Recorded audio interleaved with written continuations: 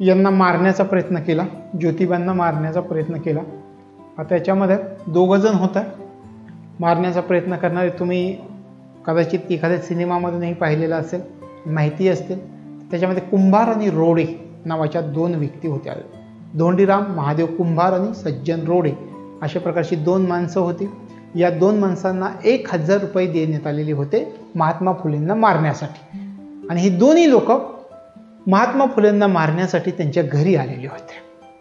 त्यांच्या घरामध्ये घुसले आणि रामोशी जातीचे ही लोक होते.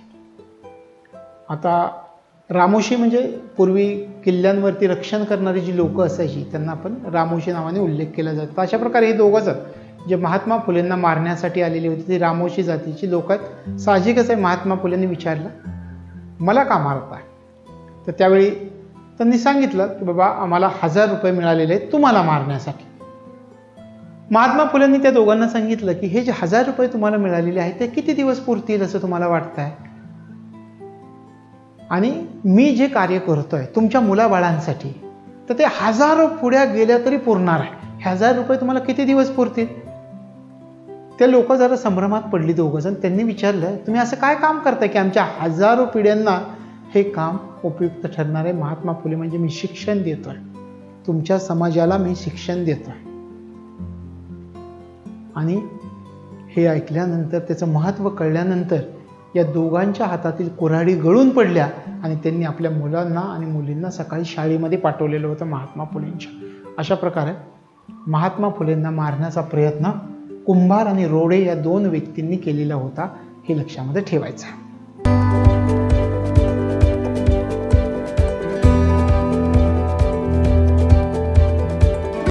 ब्राह्मणांबद्दल विचार आपण पाहतो. काय द्वेष केला का महात्मा फुलेंनी ब्राह्मणांचा? कधीच नाही केला. ब्राह्मणांचा कधीही द्वेष केला नाही. आता या ठिकाणी फुलेंनी मग कोणाचा द्वेष केला? ब्राह्मणवादाचा द्वेष केला. ब्राह्मणांचा विरोध केला नाही. सदाशिव बल्लाळ गोवंडे ब्राह्मणाचाच मित्र, कायम सहकार्य केलं महात्मा फुलेंच्या सामाजिक कार्यामध्ये. ब्राह्मणांना नाही, ब्राह्मणवादाला विरोध केला महात्मा ज्योतिबा फुलेंनी. ब्राह्मणवाद म्हणजे काय? स्वतःला श्रेष्ठ समजणं आणि दुसऱ्याला कनिष्ठ समजणं, याला ब्राह्मणवाद असं उल्लेख केला गेलेला होता. महात्मा फुलेंचं असं मत होतं की हे जे ब्राह्मण आहेत ना, हे ब्राह्मण इराणमधून आलेले आहेत. महात्मा फुलेंचं मत आहे हे ब्राह्मण इराणमधून आलेले आहेत. तर अशा प्रकारे महात्मा ज्योतिबा फुलेंनी आपलं मत मांडलेलं होतं. असे मानणारे ते पहिले व्यक्ती होते, हे पण या ठिकाणी लक्षात ठेवा. तर स्वामी दयानंद सरस्वती यांच्या मते ब्राह्मण तिबेटवरून आले होते. म्हणजे या ठिकाणी जर आपण उल्लेख केला तिबेट, स्वामी दयानंद सरस्वती म्हणतात ब्राह्मण तिबेटमधून आले होते. महात्मा फुले म्हणतात ब्राह्मण इराणमधून आले होते. आता या ठिकाणी महात्मा फुलेंनी ब्राह्मणांचा उल्लेख करताना असं म्हटलेलं आहे की कलम कसाई आणि कुलकर्णी यांचा उल्लेख त्यांनी नारद म्हणून केलेला होता. म्हणजे कुलकर्ण्यांचा उल्लेख त्यांनी नारद म्हणून केलेला होता आणि ब्राह्मणांचा उल्लेख कलम कसाई असा केलेला होता. काहीतरी लिहून ठेवायचं, ते प्रामाण्य मानायचं आणि पुढे समाजाने त्याप्रमाणे वागायचं. कलम कसाई. कुलकर्ण्यांचा उल्लेख नारद म्हणे, म्हणजे कोणीतरी काय येऊन सांगायचं आणि समाजाला त्या पद्धतीने प्रवृत्त करण्याचा प्रयत्न करायचा. तर अशा प्रकारे त्यांचा उल्लेख ब्राह्मणांचा महात्मा फुलेंनी केलेला होता. आणि या ठिकाणी सावकारांना महात्मा फुलेंनी ब्रह्मरूपी राक्षस असं म्हटलं होतं. सावकारांना हे लक्षात ठेवा, ब्रह्मरूपी ब्रह्म राक्षस असं म्हटलेलं होतं, म्हणजे प्राण घेणारा राक्षस. अशा प्रकारे सावकारांचा उल्लेख महात्मा ज्योतिबा फुलेंनी केलेला होता.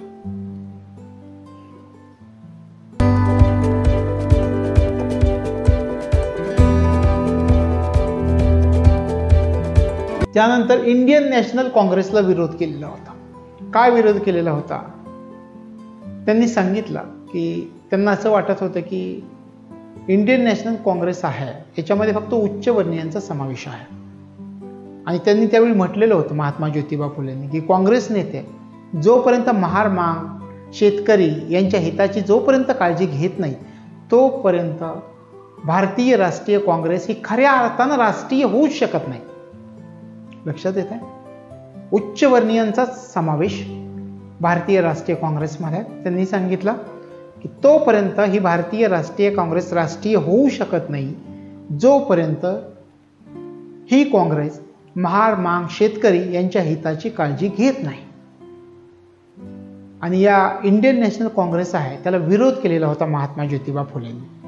त्यांचं म्हणणं असं होतं की ही जी नॅशनल राष्ट्रीय काँग्रेस आपण जे उल्लेख करतोय इंडियन नॅशनल काँग्रेस आहे, तर इंडियन नॅशनल काँग्रेस ही फक्त सवर्ण लोकांची संघटना आहे, उच्च जातीतील लोकांची संघटना आहे. आणि यासाठी महात्मा ज्योतिबा फुलेंनी इंडियन नॅशनल काँग्रेसला विरोध केलेला आपल्याला दिसून येतो. आता या ठिकाणी आपल्या ज्या काही मागण्या आहेत त्या मागण्या या इंडियन नॅशनल काँग्रेस समोर ठेवण्यासाठी 1889 अधिवेशन झालेलं होतं. मुंबईला अधिवेशन झालेलं होतं. 1889 मुंबईमध्ये अधिवेशन झालेलं होतं. तेव्हा शेतकऱ्याचा गवताचा पुतळा त्यांनी उभारलेला होता तिथे त्या ठिकाणी. आणि मुंबई या ठिकाणी भरलेलं जे राष्ट्रीय अधिवेशन आहे त्या अधिवेशनामध्ये ज्योतिबांनी सांगितलं की जोपर्यंत राष्ट्रीय सभेमध्ये शेतकऱ्यांना सामावून घेतलं जात नाही तोपर्यंत या सभेला राष्ट्रीय म्हणून घेण्याचा अधिकार नाही, असं ज्योतिबांनी कोणत्या इंडियन नॅशनल काँग्रेसच्या सभेत सांगितलं होतं असं विचारलं तर 1889 मुंबईच्या सभेमध्ये सांगितलेलं होतं. हे लक्षामध्ये ठेवायचं. तर अशा प्रकारे इंडियन नॅशनल काँग्रेसला विरोध केलेला होता. उच्चवर्णीयांची संघटना म्हणून सांगितलेलं होतं आणि खऱ्या अर्थानं राष्ट्रीय होण्यासाठी तुम्ही त्या ठिकाणी त्या सभेमध्ये महार मांग शेतकरी यांना सामावून घ्या अशा प्रकारची सूचना केलेली होती. त्यावेळेस ही संघटना राष्ट्रीय होईल असं महात्मा फुलेंनी सांगितलेलं होतं.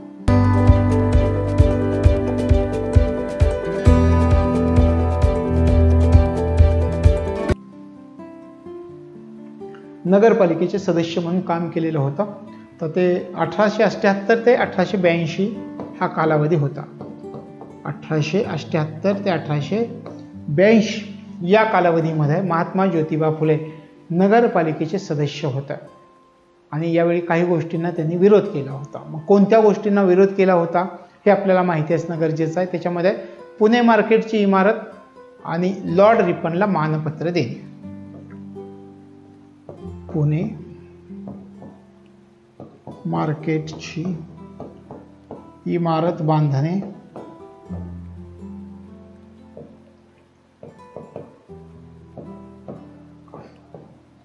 लॉर्ड रिपनला मानपत्र देणे,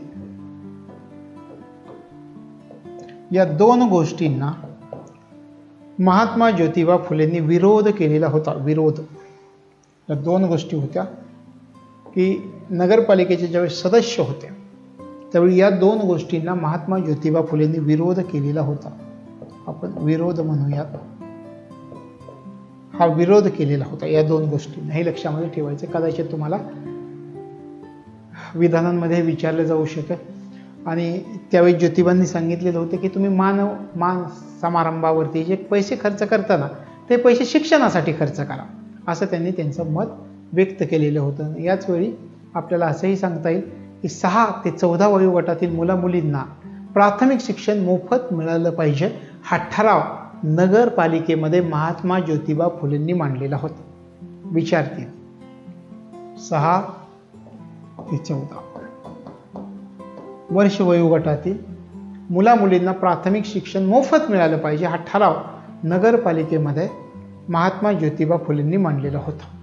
आपण जे उल्लेख केला की सांगितलं कोणाचा समारंभ किंवा मान समारंभ याच्यावरती पैसे खर्च करू नका, तर शिक्षणावरती पैसे खर्च करा, अशा प्रकारचा ठराव पण त्यांनी मांडलेला होता.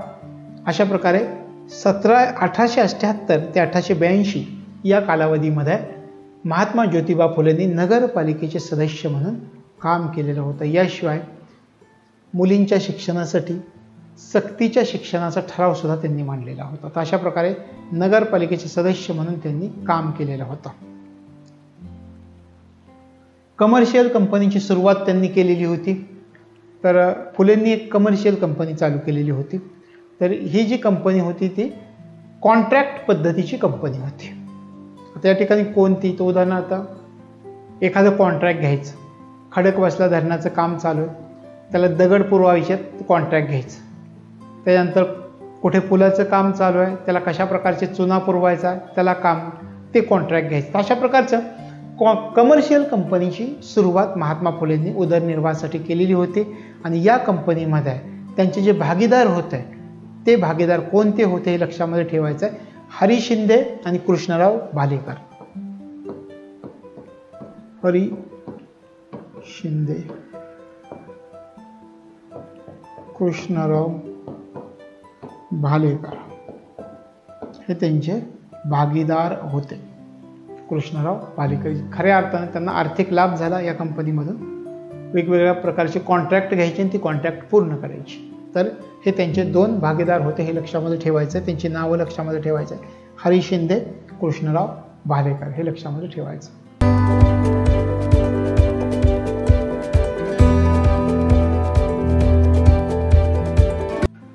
सामाजिक विचार आपण समजावून घेतले. आता महात्मा फुलेंचे धार्मिक विचार आपण समजावून घेणार आहोत. धार्मिक विचार कोणकोणते होते? महात्मा ज्योतिबा फुलेंचा जर विचार केला तर नास्तिक नव्हते, एकेश्वरवादी होते, कट्टर एकेश्वरवादी. महात्मा फुलेंचं एक वैशिष्ट्य धार्मिक बाबतीमध्ये लक्षात ठेवा, ईश्वराचे अस्तित्व मानणारे होते. ईश्वराला निर्मिक असं संबोधलेलं होतं. पहा, कट्टर एकेश्वरवादी आपण म्हणूया. म्हणजे जर याची वैशिष्ट्य विचारली तर तुम्हाला माहित असणं गरजेचं आहे. अस्तित्व मानणारे,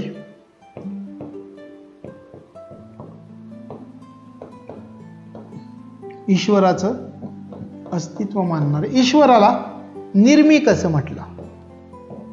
निर्मिक संकल्पना स्पष्ट झाली. ईश्वराला निर्मिक असं म्हटलेलं आहे. सांगितलं धर्म हे मानवाने निर्माण केले. कोणत्याही ईश्वरानं धर्माची रचना केलेली नाही. कोणताही धर्म ईश्वराने निर्माण केलेलं नाही. हे जे जातीभेद निर्माण होतो ह्या मानवामुळेच निर्माण होतो. आणि मानवी जीवनाचा जो आधार आहे तो नीती हाच मानवी जीवनाचा आधार आहे असा विचार त्यांनी मांडलेला होता. वेदांविषयी उल्लेख केला. वेद ईश्वर निर्मित नाहीत असं सांगितलं. वेद मानव निर्मित आहेत असं सांगितलं. याशिवाय महात्मा ज्योतिबा फुलेंनी ज्या मानव धर्माचा पुरस्कार केला तो कोणता? तर समतेवर आधारलेला मानव धर्म. समतेवर आधारलेला, समतेवर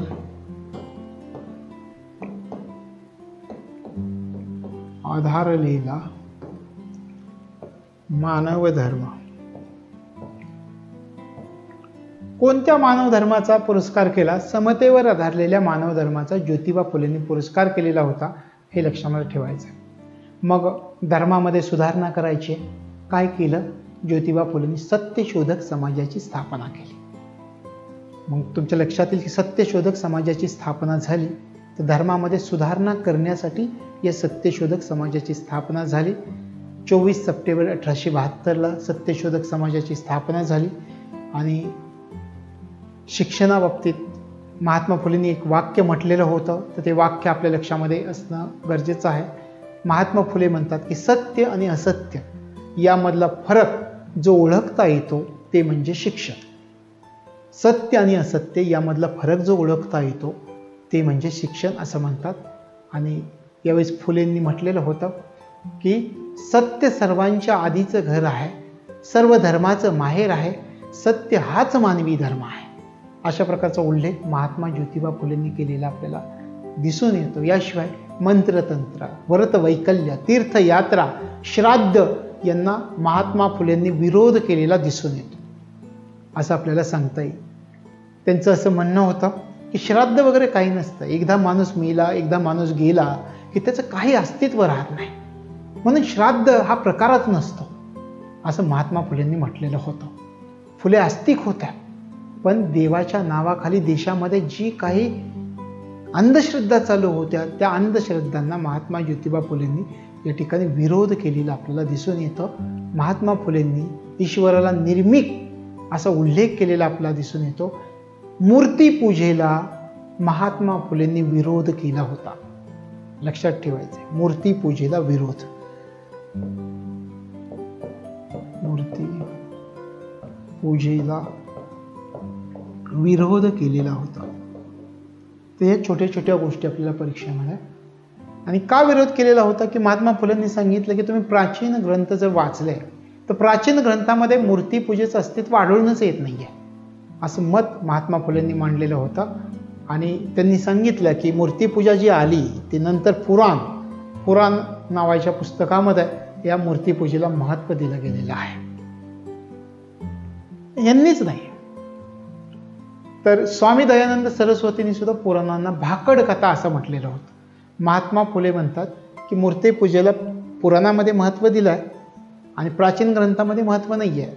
तर याच पुराणांबद्दल स्वामी दयानंद सरस्वतींनीही उल्लेख केलेला होता. ते म्हटले होते की पुराणांना भाकड कथा असं म्हटलेलं आहे स्वामी दयानंद सरस्वतींनी. आणि होळी नावाच्या सणाचा उल्लेख पुराणांमध्ये आढळून येतो. याशिवाय वेदांत अपौरुषत्व ही संकल्पना फुल्यांनी नाकारलेली होती. जर तुम्हाला विचारलं परीक्षेमध्ये तर वेदांत अपौरुषत्व ही संकल्पना नाकारलेली होती.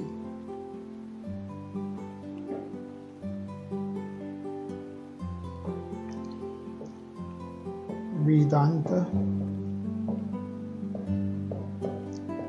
अपौरुषत्व ही संकल्पना फुलेंनी नाकारलेली होती. आता या ठिकाणी फुले म्हणतात याच्याबद्दल की मानवानं सर्व धर्मग्रंथांची स्थापना केलेली आहे असं फुलेंनी उल्लेख केलेला होता. आता या ठिकाणी की फुलेंनी जी काही आपल्या समाजामध्ये चातुर्वर्ण्य व्यवस्था आहे त्या व्यवस्थेवरती टीका केलेली होती. आणि ज्याप्रमाणे महात्मा फुलेंनी समाजातील चातुर्वर्ण्य व्यवस्थेवर टीका केलेली होती त्याचप्रमाणे बाबासाहेब आंबेडकरांनी सुद्धा या चातुर्वर्ण्य व्यवस्थेवरती टीका केलेली आपल्याला दिसून येते. जाती व्यवस्थेवरती टीका केलेली आपल्याला दिसून येते. याच्यामध्ये महात्मा फुले आणि बाबासाहेब आंबेडकर पण आहेत. आणि याशिवाय स्वर्ग नरक ही जी संकल्पना आहे या संकल्पनेवरती या ठिकाणी भगतसिंगांनी सुद्धा टीका केलेली दिसून येते. भगतसिंगांनी त्यावेळेस म्हटलं होतं की स्वर्ग आणि नरक या संकल्पनाविषयी की देवाला जर स्वर्गच बनवायचा असता तर तो त्यावेळी मानवाच्या कल्पनेपलीकडे का बनवला, या पृथ्वीवर का नाही बनवला, असं भगतसिंगांनी या स्वर्ग नरक संकल्पनेवरती उल्लेख केलेला होता. आणि या स्वर्ग नरक या संकल्पनेविषयी महात्मा फुलेंनीही भाष्य केलेलं होतं. महात्मा फुले म्हणतात की स्वर्ग आणि नरक हे पाहण्यासाठी अगोदर मरावं लागतं आणि मेलेला माणूस स्वर्ग पाहिला म्हणून सांगायला परत येत नाही, अशा प्रकारचा उल्लेख महात्मा फुलेंनी केलेला होता. आत्म्याचं अस्तित्व महात्मा फुलेंनी नाकारलेलं होतं, हे लक्षामध्ये ठेवायचं. कर्मकांड, अनिष्ट प्रथा यावरती महात्मा फुलेंनी टीका केलेली होती, हे लक्षामध्ये ठेवायचं. ज्योतिषशास्त्रावरती महात्मा फुलेंनी टीका केलेली होती. आणि पाप पुण्य ह्या ज्या संकल्पना आहेत त्या सगळ्या संकल्पना थोतांड आहेत असं महात्मा फुलेंनी उल्लेख केलेला होता, हे लक्षामध्ये ठेवायचं आहे. पंडिता रमाबाई यांना धर्मांतरापासून रोखण्याचा प्रयत्न महात्मा फुलेंनी केलेला आपल्याला दिसून येतो. आणि 1969 मध्ये भगवान परशुरामांच्या नावाने खुलं पत्र आपल्याला पुढे येईल की हे सुद्धा त्यांनी लिहिलेलं होतं. हे काय सांगतोय आपण तर धर्मविषयक विचार काय होते महात्मा फुलेंचे, तर हे या ठिकाणी आपल्याला अशा पद्धतीने सांगता येतील.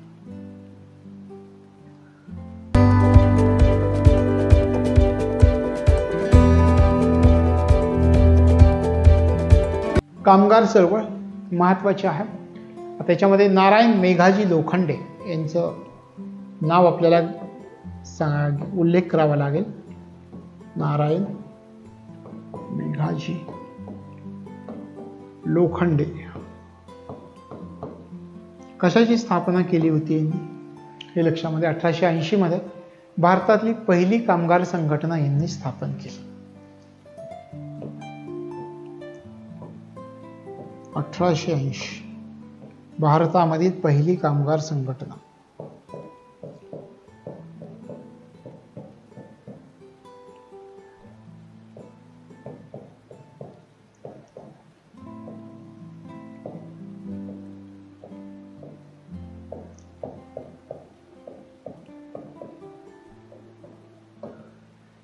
भारतामधील पहिली कामगार संघटना यांनी स्थापन केलेली होती. कामगार चळवळ आपण उल्लेख करतो आणि हे जे नारायण मेघाजी लोखंडे होते हे सत्यशोधक समाजाचे सदस्य होते, हे लक्षात ठेवायचं. यांनी स्थापना केली पण सत्यशोधक समाजाचे सदस्य होते आणि यांनीच मिल अँड बॉम्बे मिल म्हणता येईल आपल्याला, बॉम्बे मिल अँड असोसिएशनची पण स्थापना केलेली होती. आपल्याला या ठिकाणी लिहिता येईल बॉम्बे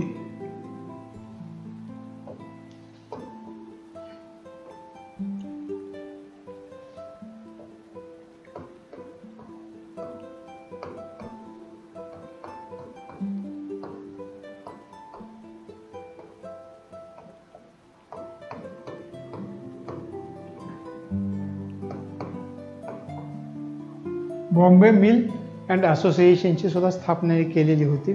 तर देशातील पहिली कामगार संघटना लक्षात ठेवायचं आहे की सत्यशोधक समाजाचे सदस्य होते, हे आपल्याला या ठिकाणी सांगता येईल. आणि या ठिकाणी महात्मा फुले यांच्या अत्यंत जवळचं व्यक्तिमत्व नारायण मेघाजी लोखंडे यांना ओळखलं जातं, लक्षात येतं.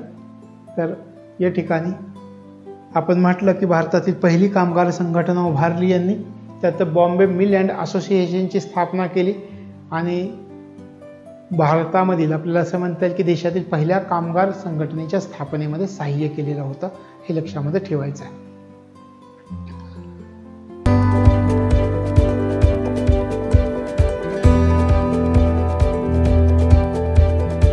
त्यानंतर सत्यशोधक समाजाची स्थापना 24 सप्टेंबर 1873 झाली होती, हे लक्षात ठेवायचं सुरुवातीला. 24 सप्टेंबर 1873 सत्यशोधक समाजाची स्थापना झालेली होती. आणि सत्यशोधक समाजाच्या स्थापनेचं आपल्याला एक गोष्ट लक्षात ठेवायची की समाज सुधारणेची महाराष्ट्रातील पहिली चळवळ कोणत्या समाजाच्या स्थापनेमुळे झाली?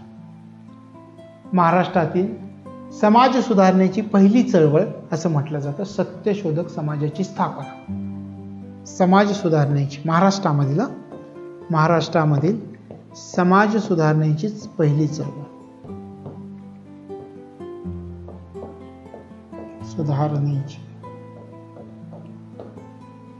पहिली चळवळ, महाराष्ट्रामधील समाज सुधारणेची पहिली चळवळ सत्यशोधक समाजाच्या स्थापनेबरोबर उभी राहिली, हे लक्षामध्ये ठेवायचं आहे. उद्देश काय होता?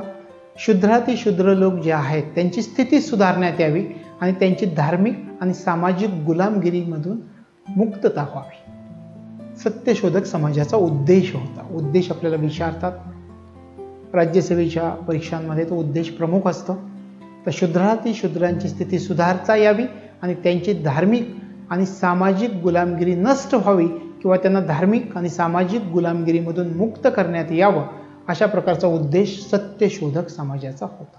म्हणून आपण या ठिकाणी म्हणतोय की महाराष्ट्रातील समाज सुधारण्याची पहिली चळवळ 24 सप्टेंबर 1873 उभारलेली होती, हे लक्षामध्ये ठेवायचे.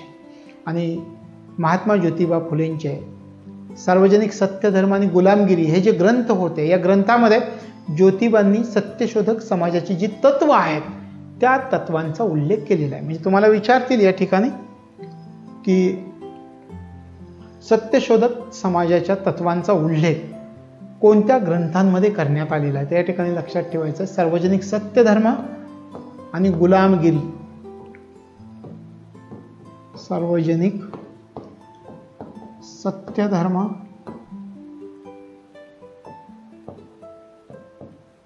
गुलामगिरी या ग्रंथामध्ये करण्यात आलेला आहे.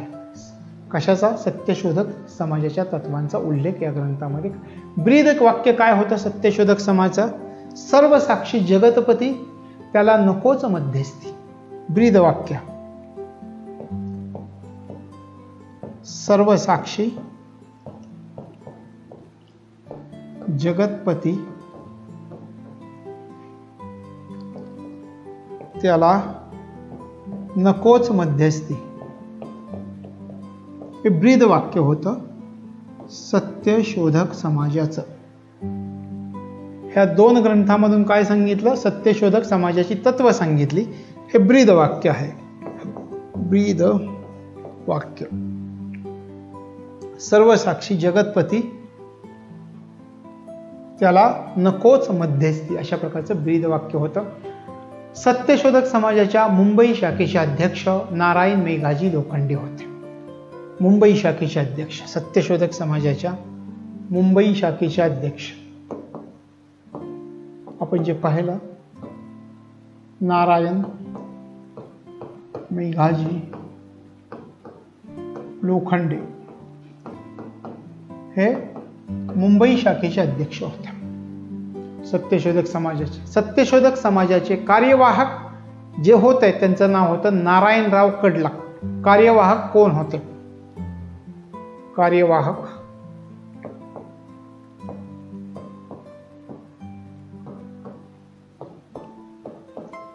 नारायणराव कडलक हे होते सत्यशोधक समाजाचे कार्यवाहक. अध्यक्ष कोण होते आपण पाहिलं. कार्यवाहक कोण आहे ते पहा.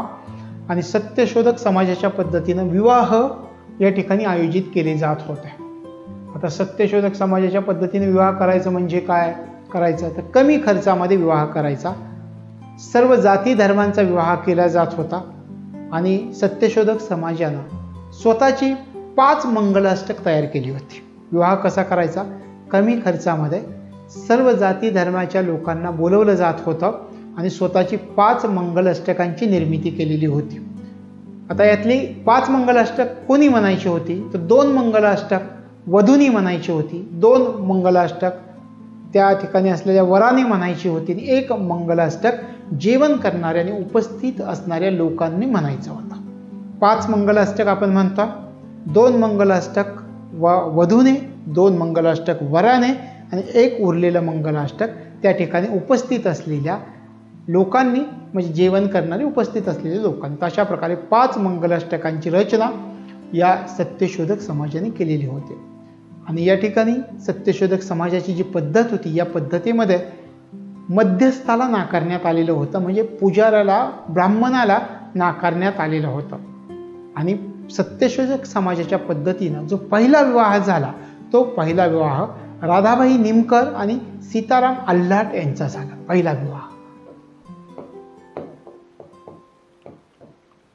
विवाह राधाबाई निंबकर आणि सीताराम आल्हाट यांचा पहिला विवाह सत्यशोधक समाजाच्या पद्धतीने झाला.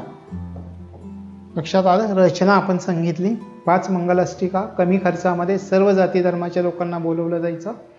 त्यातल्या 2 मंगलाष्टिका वरांनी म्हणायच्या, 2 मंगलाष्टिका वधूंनी म्हणायच्या, 1 मंगलाष्टिका उपस्थित असलेल्या लोकांनी म्हणायच्या. पहिला विवाह झाला राधाबाई निमकर आणि सीताराम आल्हाट यांचा. पहिला विवाह कधी झाला, तर 25 डिसेंबर 1873 मध्ये हा जो विवाह झाला तो 25 डिसेंबर 1873. 25 डिसेंबर 1873 ला पहिला विवाह सत्यशोधक समाजाच्या पद्धतीने झाला, हे लक्षामध्ये ठेवायचं आहे. त्याच्यानंतर आणखी सत्यशोधक समाजाच्या पद्धतीने आपल्याला सांगायचं म्हटलं तर कृष्णराव भालेकर यांनी सत्यशोधक समाजाच्या झेंड्याची मिरवणूक काढलेली होती. म्हणजे तुम्हाला जर विचारलं की सत्यशोधक समाजाची झेंड्याची मिरवणूक कोणी काढली होती, तर कृष्णराव भालेकर, दीनबंधूचे संपादक, हे तुम्ही आपला उल्लेख केला होता. तर त्यांनी झेंड्याची, सत्यशोधक समाजाच्या झेंड्याची मिरवणूक काढली होती, हे लक्षात ठेवा. सत्यशोधक समाजाला काही वृत्तपत्रांनी सपोर्ट केला. कोणती होती? सत्यशोधक समाजाला सपोर्ट करणारी वृत्तपत्र, सहाय्य करणारे, पाठिंबा देणारी वृत्तपत्र. सत्यशोधक समाजाला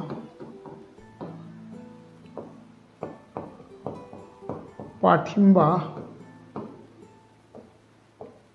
देणारी वृत्तपत्रे. कदाचित प्रश्न येऊ शकेल, कोणती वृत्तपत्रे आहेत हे आपल्याला माहिती असणं. अंबालहरी,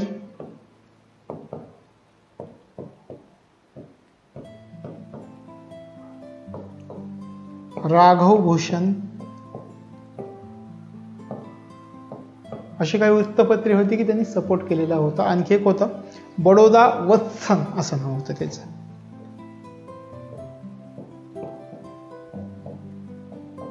वत्सन. तर अशा प्रकारे काही वृत्तपत्रे होती की ज्यांनी पाठिंबा दर्शवला सत्यशोधक समाजाला. लक्षात येतं. तर हे आहे सत्यशोधक समाज. आता आपण काही प्रश्न पाहूयात. जो आपला ESO पूर्व 2014 हे पाहिलं होतं आपण. बालहत्या प्रतिबंधक ग्रह. आता सत्यशोधक समाजाची स्थापना 1873.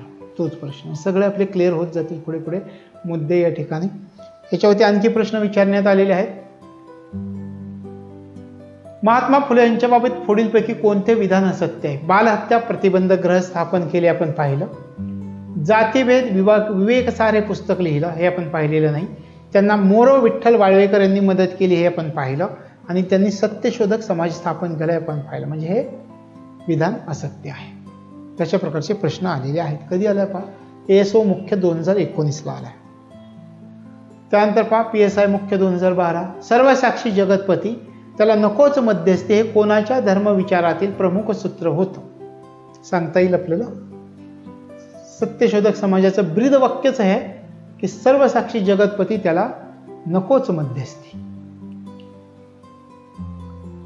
पुढचा प्रश्न PSI पूर्व 2011. महात्मा फुलेंच्या सत्यशोधक समाजाने कशा विरुद्ध आवाज उठवला? आता या ठिकाणी पहा काय सांगता येईल तुम्हाला. सत्यशोधक समाजाच्या आपण कशा विरुद्ध सांगितलं होतं? तर या ठिकाणी सामाजिक गुलामगिरी आपल्याला सांगता येईल. शूद्राती शूद्रांची गुलामगिरीतून मुक्तता व्हावी हा त्यांचा उद्देश होता. तर सामाजिक गुलामगिरी आपल्याला सांगता येईल.